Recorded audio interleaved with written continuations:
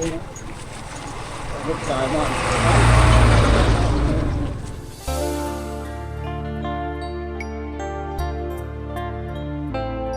ครับทักทายสบายดีเอฟซีทุกคนนะทักทายสบายดียามเช้าเนาะวิดีโอนี้เฮากำลังจะเดินทางไปสู่ตัวเมืองวิระน้องเนาะเมืองวิระบุรีนะเป้าหมายก็คือไปเอาเครื่องไปช่วยเหลือเขาซอยเนาะและอยู่บ้านชุมว่างอยู่บ้านนาเตอร์พี่น้องเมืองวิระบุรีเคยจะคิดเนาะแต่ชิรีวิวเส้นทางเนาะตอนนี้อยู่บ้านนาบอเนาะบ้านนาบอเมืองชิโปดวิวเส้นทางภาพบรรยากาศเนาะในริมทางเป็นภูเขาที่งามหลายนะน้องเนาะมาฝากมาตอนอีกครั้งคนทางกันไปนี่กันรับเก้า10 หรือ100 กิโลนะเนี่ยเพื่อชิฮอดค่ำหมดแหละนี่กันประมาณ6 โมงปลาย7 โมงกว่านะคนทางแต่เช้าแต่เชี่ยวน้องไปคนเดียวมาเนี่ยจะมีผู้เริ่มใช้ใจเจ้าท่าบริจาคช่วยเหลือเพิ่นตั้งแต่คนเลยเนาะพี่น้องทั้งสหรัฐอเมริกานะชาวเนนชีพร้อมครอบครัวอะไรก็ชาวลิดดี้เนาะน้องทั้งอเมริกาเนาะพร้อมพายเดือนเนาะรับท่าบริจาคเครื่องจำนวนหนึ่งนะในชื่อข้าวชื่อนมขนมนมเนยชื่อแหละเนาะฝากก็ช่วยกับภาพบรรยากาศเที่ยวส้มภาพท่องเที่ยวส้มวานชนบทเนาะใกล้ๆเรื่องชนทางไปก็จะฮอดทางเลขเก้าไปเนาะประมาณ90 กิโลนึงฮอดเมืองวิระนี่ก็60 ปลายกิโลเนาะจะมีทางคอนกรีตเนี่ยประมาณ1 กิโลแล้วก็หมดในวานาบอนี่เนาะแล้วก็จะมีทางหมอกควันแน่หมอกควันก็คือญี่ปุ่นอะไรพี่น้องเนาะเป็นหมอกแล้วก็เป็นทางการจรมีทางยางเลยได้ทางธรรมดาได้เนาะเดี๋ยวเราไปที่ตาส้มกันเนาะ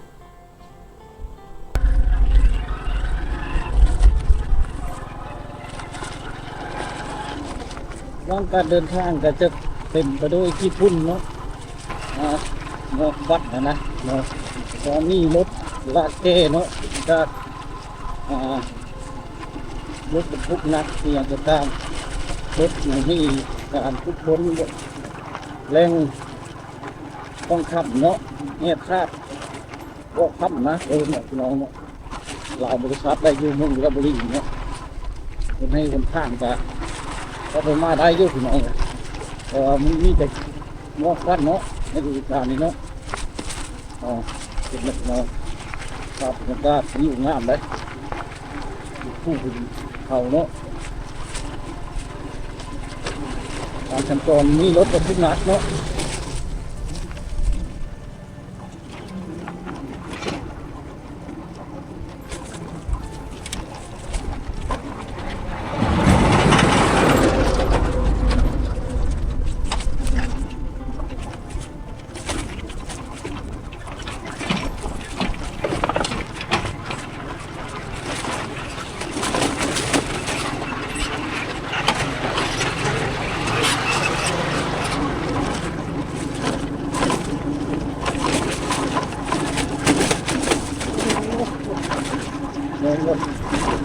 ง่ายเนาะง่ายลาย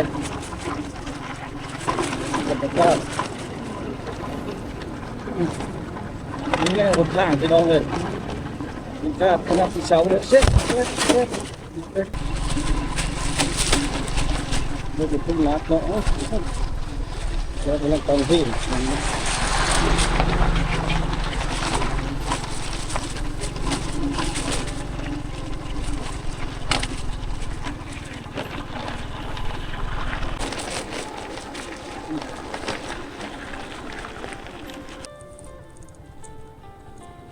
ยามเช้าน้องๆเพื่อนเขานั่งเพื่อนไปชอบทางยางนี่แล้วอยู่นี่เลยต้องต้นกันเนาะ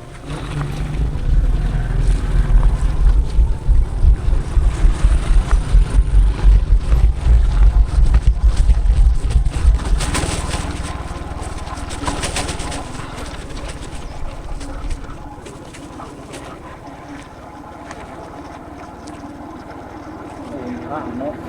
เป็นภูเขาข้างเนาะ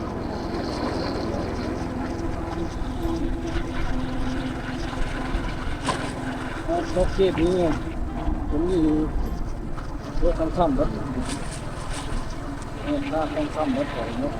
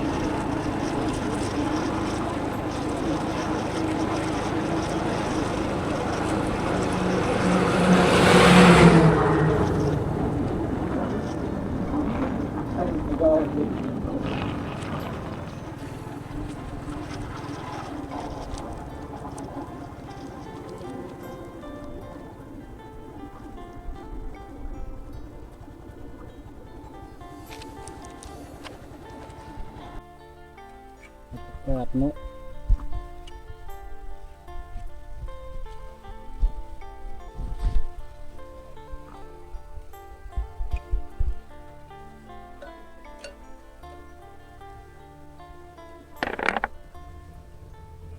ควายก็จะมุดกินแน่เลยน้องชมเนาะ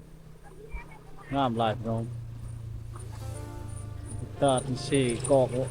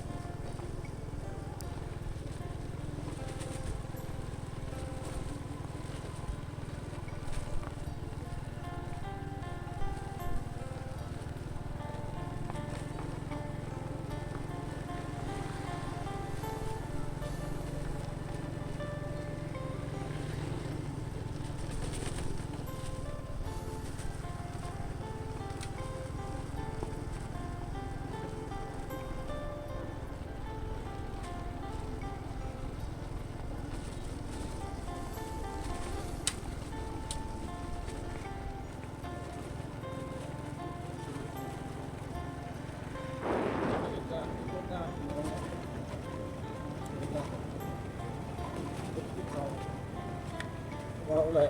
คือรถทางนะรถสายมาก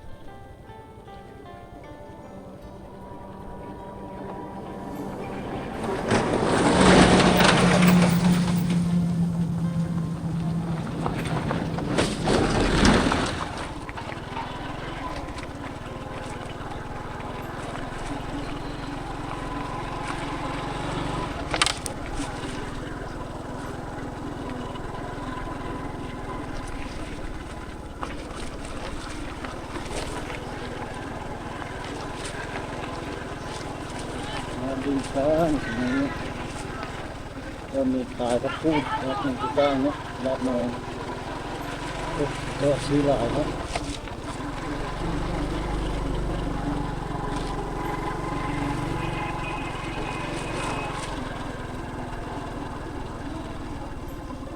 มีคนบ้าง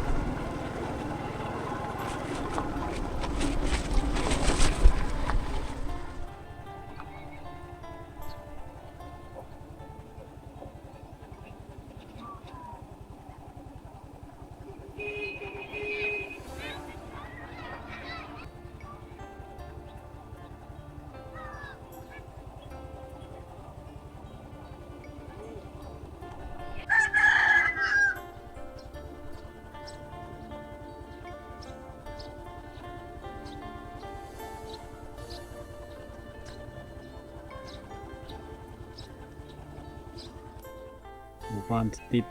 ริมเขาเลยน้องริมภูเขาถึงผมจะเป็นให้เขาเจ้าเนาะ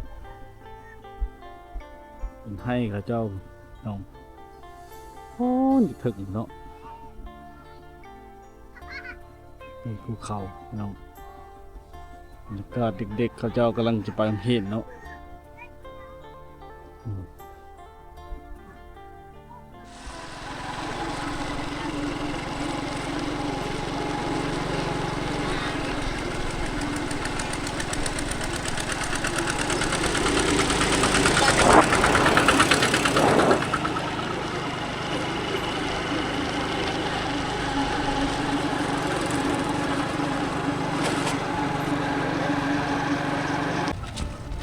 อีเย่ต้องคำเนาะน้องมีเรื่องเขาเรื่องที่ผมรอคำโอ้ตัดละไปถึงวันเป็น1 เวลาแล้ว